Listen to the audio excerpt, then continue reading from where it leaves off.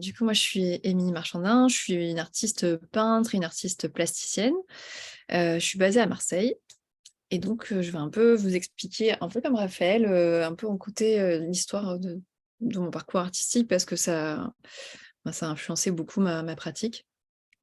Donc là, je parle du sous-fétiche sur cette œuvre-là. Je suis fan de Picsou depuis que je suis très, très jeune et cette œuvre-là, je l'ai faite quand j'étais au collège.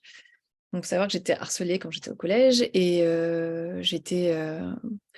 comment dire? On a fait cette exposition, on a fait une exposition donc au château de Servières, qui est un centre d'art à Marseille et on a été interviewés par France 3. J'ai été, enfin, je suis passée à la télé, j'avais 13 ans, donc c'était, ma première expérience artistique et on a exposé après toutes les œuvres qu'on avait faites, c'était autour de Marseille, dans le collège et il y a plusieurs pions qui ont voulu m'acheter mon travail, en fait et je sais que je me souviens de ma réaction, je me suis dit: «Cette œuvre-là, c'est la première de toute une série, en fait, d'œuvres que je vais produire à l'avenir et si maintenant on veut me les acheter, ben, quand je serai plus grande, ça sera pareil». Donc c'est un peu, comme ça que j'ai commencé les choses, dans ma vie et sachant que j'ai toujours énormément douté de ma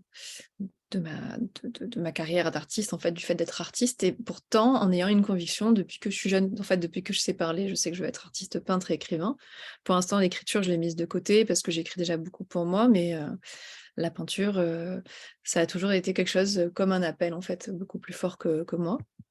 Et ensuite, donc j'ai fait tout mon parcours, artistique. Je suis partie, enfin, justement sans art en dehors du collège et dès que j'ai fini mes études, même si je me disais que j'allais faire des métiers artistiques, enfin, des métiers peut-être plus, alimentaires comme styliste ou journaliste ou quoi, finalement, je suis rentrée en fac d'art plastique où, j'ai fait aussi de la photo. Donc ça, c'est un autre médium où j'ai beaucoup de mal à dire que je fais de la photo parce que pour moi, je suis une peintre qui fait de la photo, mais je ne me vois pas du tout photographe. Mais en fait, j'en ai toujours fait depuis que je suis pareil, assez jeune. J'ai toujours eu, à l'époque, il y avait encore les pellicules, je les faisais développer. Enfin, ça m'a toujours accompagnée. Donc, j'avais commencé, aussi à la fac à faire un travail sur, je reprenais à l'époque, il y avait, Ignatius Bertrand qui avait fait La Terre vue du ciel, donc c'était il y a à peu près presque 20 ans maintenant déjà et c'était, quelque chose d'assez fou pour moi et donc j'ai refait la même chose mais avec un travail, que de l'alimentaire, donc, avec des épices, avec du sirop de menthe, de la semoule et pour donner cette impression de hauteur et de perception perturbée. Puis, j'ai continué ah oui, c'est vrai que ça marche pas avec ça, puis là, en fait, j'ai commencé au tout début de la fac, surtout à travailler au tricloéthylène. Donc j'ai appris après que c'était ultra cancérigène, mais c'est très pratique. Ça fait un effet de transfert comme ça assez diffus et éthéré et ça, c'est quelque chose, dès que j'étais à la fac et même pendant toutes mes années, plus jeunes, quand je voyais des photos de magazines, donc les photos de magazines, c'est vraiment une de mes plus grosses sources d'inspiration. Elles me faisaient voyager et je voyais autre chose et ce que je voyais, c'était toujours un peu de l'ordre du souvenir, de l'abstrait, de quelque chose de moitié figuratif, moitié abstrait. J'ai essayé de faire des montages sur Paint, et cetera et puis, à la fac, j'avais découvert le tricloéthylène, donc j'ai fait ces transferts où introduit un peu d'autres matériaux, de l'écriture un peu automatique, essayer d'évoquer quelque chose. C'était vraiment l'évocation qui était importante pour moi, mais c'était un peu trop craft, en fait, même quand je le vois aujourd'hui, je trouve que ça fait un peu ça et j'arrivais pas à savoir comment je pouvais mettre ça en œuvre et on m'a dit assez vite que la peinture était morte. Donc ça, c'était une période dans les années 2000, où, bah, c'était le cas. On était encore sur cette idée-là que la peinture était morte et d'ailleurs, je suis ravie qu'aujourd'hui, il y a un vrai changement de paradigme sur ça. Mais ce qui fait que je me suis mise à faire des installations et à m'intéresser aux installations. C'était pas du tout mon univers, mais prendre l'espace, c'est quelque chose qui m'a finalement plu. Et j'ai découvert, le travail de Christian Boltanski notamment, qui travaille sur la mémoire, donc c'est un peu un autre sujet. Donc ce côté d'évocation, pour moi, c'est lié à la mémoire et au souvenir et parfois un souvenir qui nous appartient pas, mais quelque chose qui va nous évoquer une partie de nous qui se souvient de quelque chose qui est pas clair et donc sur Christian Boltanski, Karsten Oeller, Olafur Eliasson qui, eux, font plus des installations qui jouent sur la perception avec, avec leur environnement et avec, la personne qui rentre dans l'œuvre ou qui l'observe et donc là, sur l'image à gauche, il y a ce que j'ai appelé le cube claustrophobe érotique. Donc c'était un travail assez sensuel et provocateur, mais c'était un cube d'1 mètre carré, donc 1 mètre cube justement. Et donc quand on était dedans, il y avait il y avait une lumière rouge, quelque chose d'assez étouffant.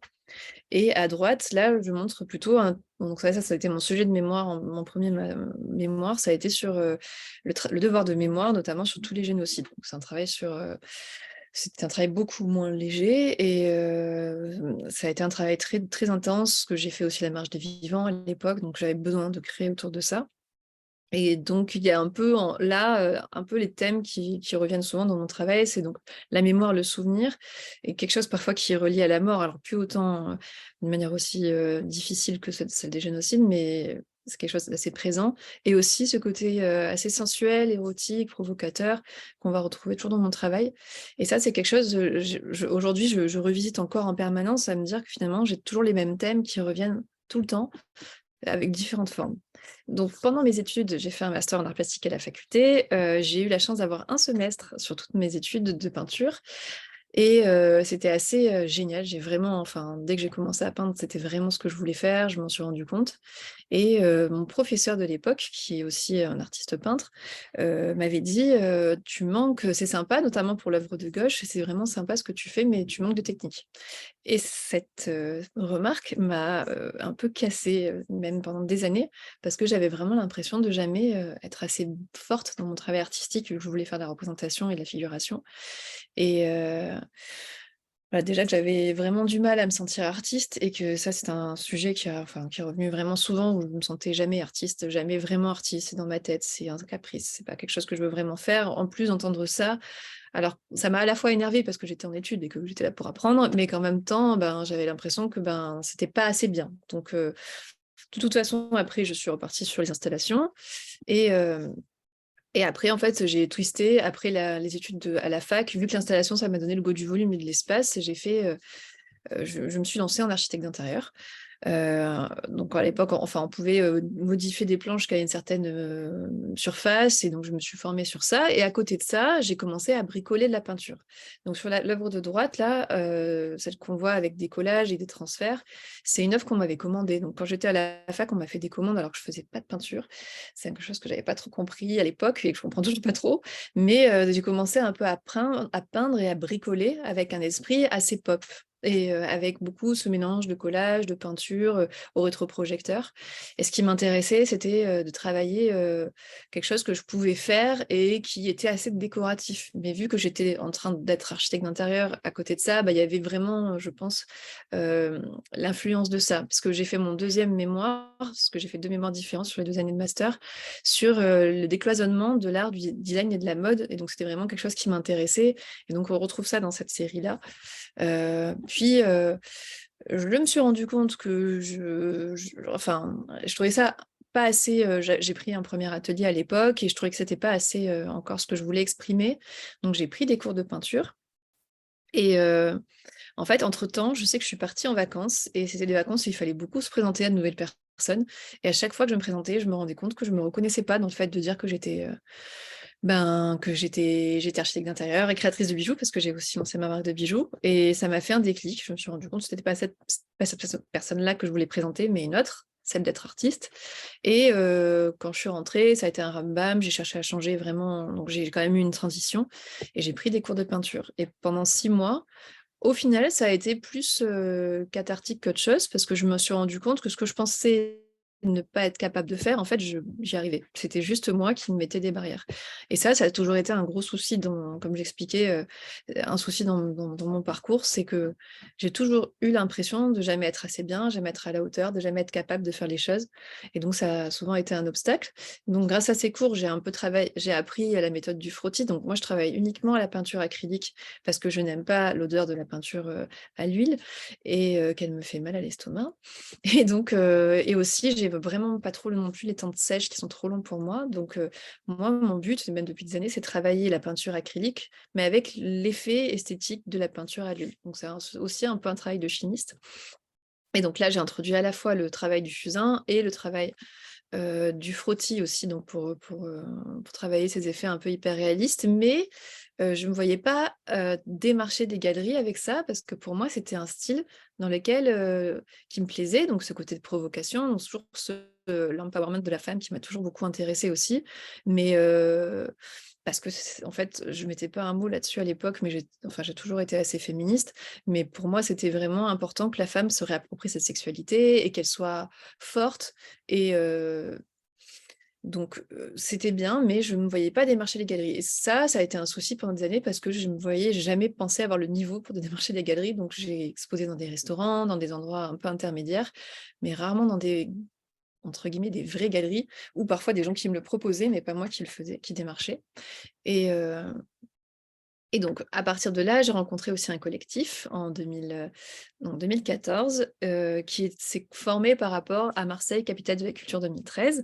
Et on m'a proposé d'exposer, donc pareil, dans des lieux qui sont assez à la mode, on va dire, mais qui ne sont pas nécessairement des lieux d'art. Et j'ai fait une série donc de 4 œuvres sur Marseille, qui sont là et j'ai commencé à mélanger donc là, on voit déjà une chance je trouve un changement dans mon travail. C'est toujours un travail très coloré, toujours la figure de la femme qui m'intéresse. J'ai repris des monuments de Marseille et j'ai mis plein de symboles dans chacun des travaux et lors des expositions qu'on a pu faire avec le collectif, j'ai rencontré une détachée à la culture qui m'a proposé d'exposer en mairie, donc en mairie de secteur, mais en mairie. Et pendant que je faisais ce travail, à côté, je travaillais aussi sur moi parce que j'avais toujours l'impression de ne pas être artiste, de ne pas être à ma place, de faire ça alors qu'en fait, j'étais dans un caprice d'enfant parce que je voulais faire ça depuis enfant et que je voulais pas sortir de mon caprice d'enfant. Et pourtant, en fait, dans toute ma vie, je me suis jamais vue faire autre chose, mais j'ai toujours fait ça, je me suis toujours vue faire ça, mais je me sentais jamais, légitime pour le faire. Et donc j'ai fait un travail de kinésiologie, alors je fais une thérapie depuis dès que j'ai été majeure, j'ai fait de la thérapie et à côté de ça, je complémentais avec d'autres choses et donc là, j'ai fait un travail en kinésio qui m'a proposé un référentiel de naissance et le référentiel de naissance, c'est, en gros une méthode qui ressemble à, comment dire? Un thème astral, mais qui est basé sur la numérologie avec des cartes de tarot. Et donc, j'ai proposé à cette femme de la détachée de la culture, j'ai eu l'idée de revisiter le tarot de Marseille, qui s'appelle le tarot de Marseille pour, juste parce qu'il a été imprimé à Marseille pendant une certaine période, et d'intégrer Marseille dans le tarot. Donc, là, j'ai fait une série de 22 tableaux sur Marseille, et sur le tarot de Marseille, donc, c'était en 2015. Et en fait, sur l'image de gauche là, avec la petite fille, je commençais à me dire que j'avais envie, ben, de travailler quand même sur ce souvenir, sur cette évocation, cette réminiscence et je reviendrai après dessus. Donc sur celle-là, je commence un peu à l'intégrer et après c'était super intéressant de travailler ça. Donc là, ce qui m'a intéressée pendant 9 mois, j'ai fait que de la recherche sur le tarot lui-même, donc le symbole de chaque arcane majeur et sur, Marseille. Et donc, c'était trop intéressant de faire les liens. Donc dans les cartes, par exemple, pour donner un exemple, les cartes 3 et 4, c'est donc, l'impératrice et l'empereur. Elles sont liées sur le tarot de Marseille, l'original. Les 2 cartes se regardent, enfin les 2 personnages se regardent. Et donc pour la carte 4, l'empereur,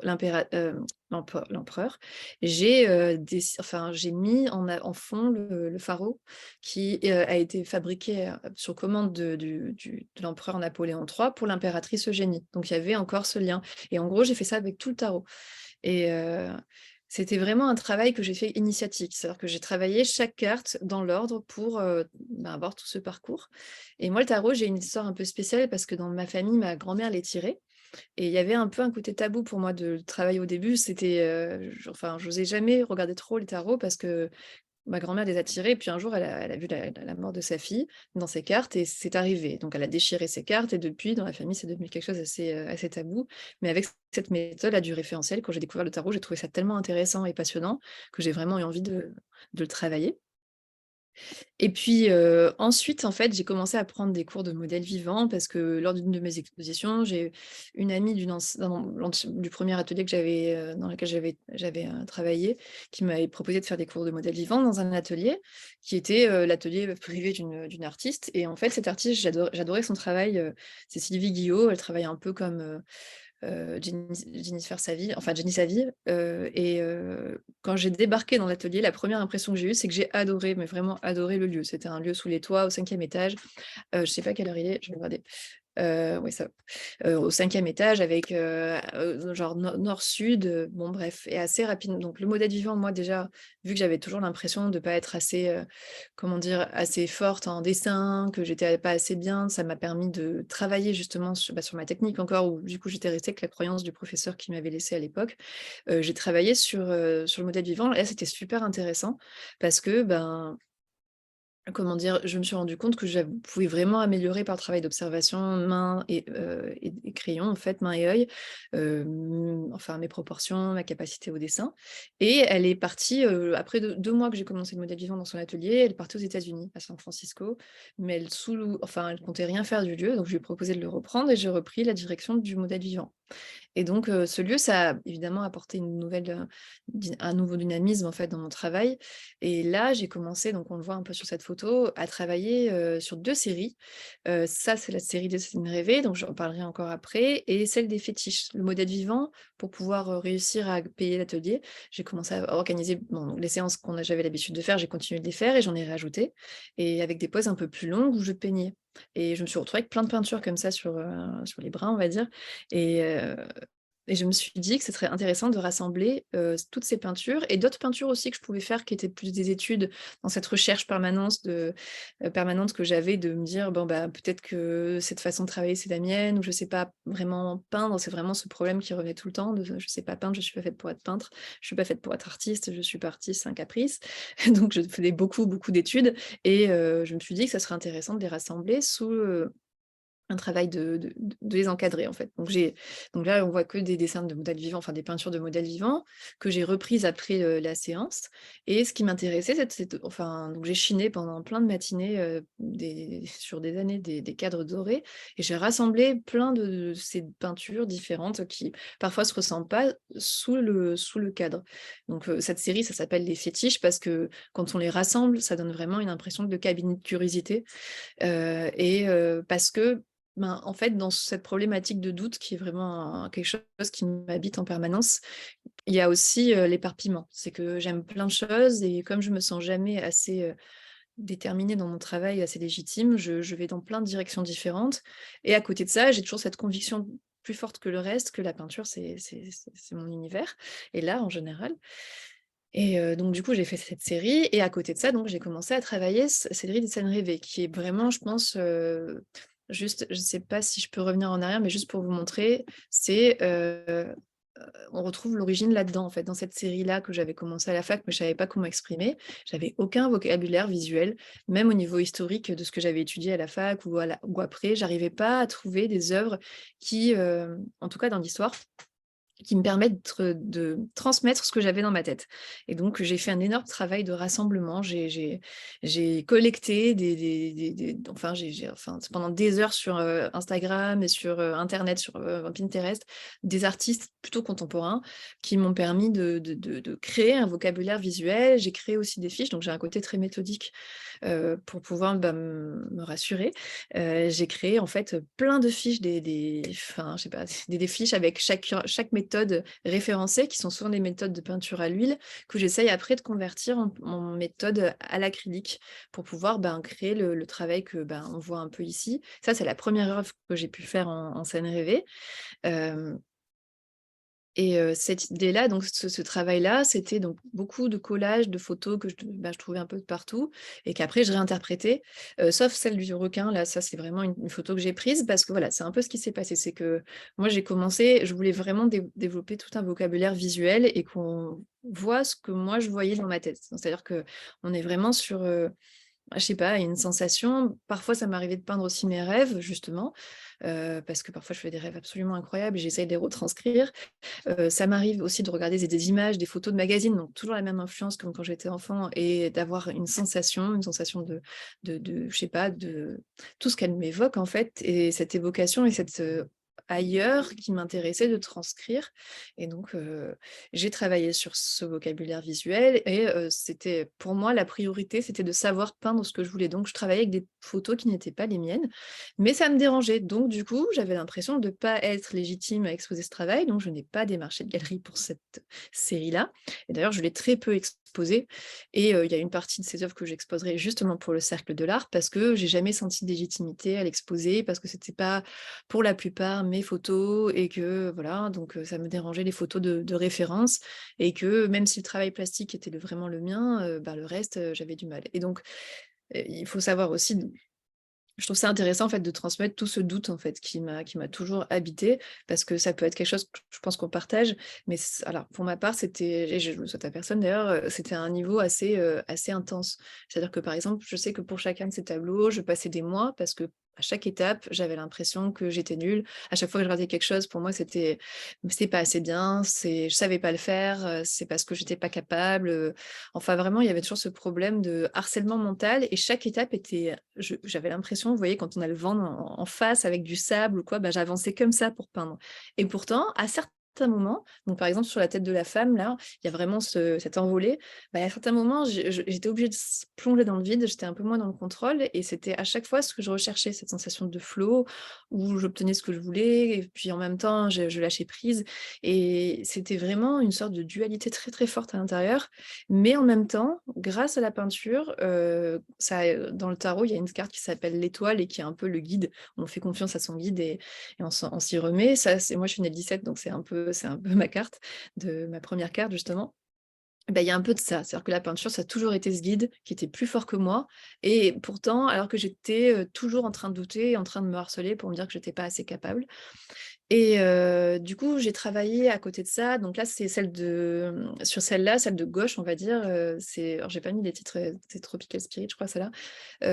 Ce qui m'intéressait, ça a été le personnage rouge, donc c'est et la piscine. J'ai passé des mois à essayer de trouver cette méthode pour faire ce travail de liquéfaction, c'est ça? En gros, de déliquescence, liquéfaction, parce que je travaille à l'eau et que, même si je cherche des effets d'huile, mais j'aime aussi le travail de l'eau, de ses coulures ou de cette impression en fait, j'adore être sous l'eau et ce qui m'intéresse dans mon travail aussi, c'est vraiment ça. C'est quand on est sous l'eau, on est, dans un autre élément, tout en étant quand même sur terre et on change complètement de perception, on change même de comment ça s'appelle? On perd le sens de la gravité et j'aime travailler sur cet entre-deux-mondes. C'est vraiment quelque chose qui revient tout le temps dans mon travail, et donc c'est aussi une période où j'ai découvert, un style artistique, je ne sais pas si je suis dans les temps, je vais accélérer du coup, qui s'appelle, comment dire?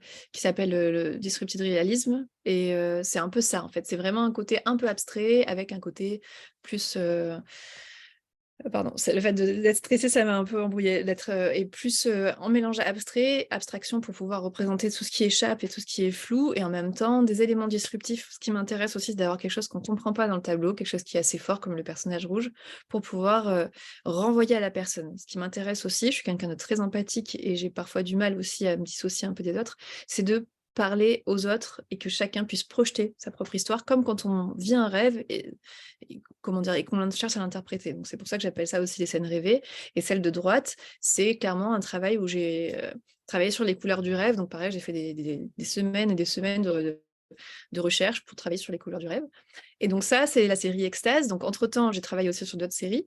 C'était en rapport avec les bijoux que je faisais et ça, c'était plutôt un travail sur, donc quand j'étais à la fac, pour vous dire le temps parfois que je mets entre une idée, il s'est passé presque 10 ou 15 ans j'ai découvert, pour que je fasse cette série-là, c'était, le Bernin, l'extase de Sainte Thérèse et je trouvais que la représentation de Sainte Thérèse était tellement sexuelle que je trouvais important de la réapproprier et donc en faisant, ce travail de chinage que j'avais fait avec les fétiches, j'ai trouvé des cadres, ovales et j'ai décidé donc de fabriquer toute cette aura. Donc ça, c'est une série que j'ai pu exposer avec le Cercle de l'Art en étant artiste invité par, Calliope Artwork in Promesse, c'était Adeline Kubert et là, en fait, ce qui m'intéressait, c'était de reprendre la sexualité, même la sexualisation de la femme dans son image d'extase, qui est religieuse et se la réapproprier pour lui rendre sa sacralité et donc ça, c'est pareil, je me suis rendu compte que c'était quand même une démarche assez féministe, mais pour moi, ça a toujours été important que la femme soit affirmée et qu'elle montre, en fait, son image, telle qu'elle veut, en fait, telle qu'elle, on se passe beaucoup par la sensualité dans le travail et après ça, vu que j'avais ce gros complexe de montrer mon travail parce que c'était pas mes photos, donc moi j'avais développé un énorme travail visuel et donc de photographie et réussir à capturer cette histoire de scène rêvée en photo. Donc j'ai décidé de faire mon premier shooting Et vu que dans les influences de photographie, donc j'ai toujours eu ces influences-là, j'ai travaillé aussi avec, moi j'essaie de me dépêcher, pardon, sur influence de photographie, j'ai découvert en fait une photo qui me faisait dans un magazine que je ne savais pas être le thème Ophélie, puis après j'ai découvert que c'était le thème Ophélie. Donc j'ai travaillé sur Ophélie. Donc ça c'est une des photos de mon shooting, une autre photo de mon shooting. Et en fait, après, comme j'ai programmé 2 shootings, j'ai fait aussi ce que j'appelle la série Ophélie de sel. Et l'idée pour moi, c'est de faire un shooting et d'en faire après les peintures. Et j'ai découvert quelque chose que je connaissais pas, c'est-à-dire la satisfaction. C'est-à-dire que j'étais contente de mon travail de suite, je trouvais ça génial. Et là, en fait, cette chaise qu'on voit, c'est une des chaises de l'installation que j'avais faite à la fac sur mon master 2. Et donc ça, c'est quelque chose que je ferai à l'avenir, c'est intégrer des éléments de décor qui sont des œuvres dans la photo pour pouvoir travailler sur l'échelle de perception, différer, redifférer. Je trouve ça super intéressant. Et donc ça, c'est ma dernière série, c'est la série Ophélie, où je travaille en fait picturalement encore comme les scènes rêvées, où j'essaie vraiment d'abstraire le travail en même temps de rendre évocateur, mais là sur le thème d'Ophélie, parce que c'est aussi quelque chose qui m'intéresse, c'est cette mémoire universelle sur les thèmes communs. Bon, bah, là après, c'est aussi un thème de suicide, mais je trouvais ça intéressant en fait aussi même cette capacité à reprendre le pouvoir d'Ophélie, de son propre destin. Et donc là, par exemple, ce qui m'intéressait aussi, c'était de travailler sur, je ne sais pas si vous connaissez le Lumen Print, c'est un dérivé de cyanotype, et de réussir à recréer ces effets-là, mais avec la peinture acrylique. Et donc là aussi, un travail de recherche, et pour donner toute cette impression aqueuse qui m'intéresse beaucoup. Voilà, et donc juste pour vous dire, pour le mot de la fin, après j'arrête, en gros, c'est, si je prends cette situation, donc sous l'arche de la vie, où amour et mort, terreur et mystère abritent leur sanctuaire, je découvris la beauté, ces gens sur un trône. Ce qui, moi, m'a animée toute ma vie, malgré tous mes doutes et tous mes harcèlements, ça a été de me dire que l'art, la beauté, enfin, pas nécessairement la beauté pour ce qu'elle est, mais la beauté même en général, ouvre quelque chose d'important, et tellement important et plus grand que moi, que je ne pouvais pas faire autre chose que de m'y atteler toute ma vie, et de, malgré mes doutes et mon syndrome d'imposteur absolument gigantesque, de passer ma vie à être artiste, malgré mon impression de ne pas l'être. Voilà. Merci Émilie, trop bien. Merci beaucoup de ta sincérité et de ta présentation. Et je t'ai pas interrompu parce que c'est pas facile d'interrompre, mais Oui, j'imagine. on a encore quelques minutes pour échanger si tu as envie. Bah oui, avec plaisir. Ouais. Est-ce qu'il y a des questions?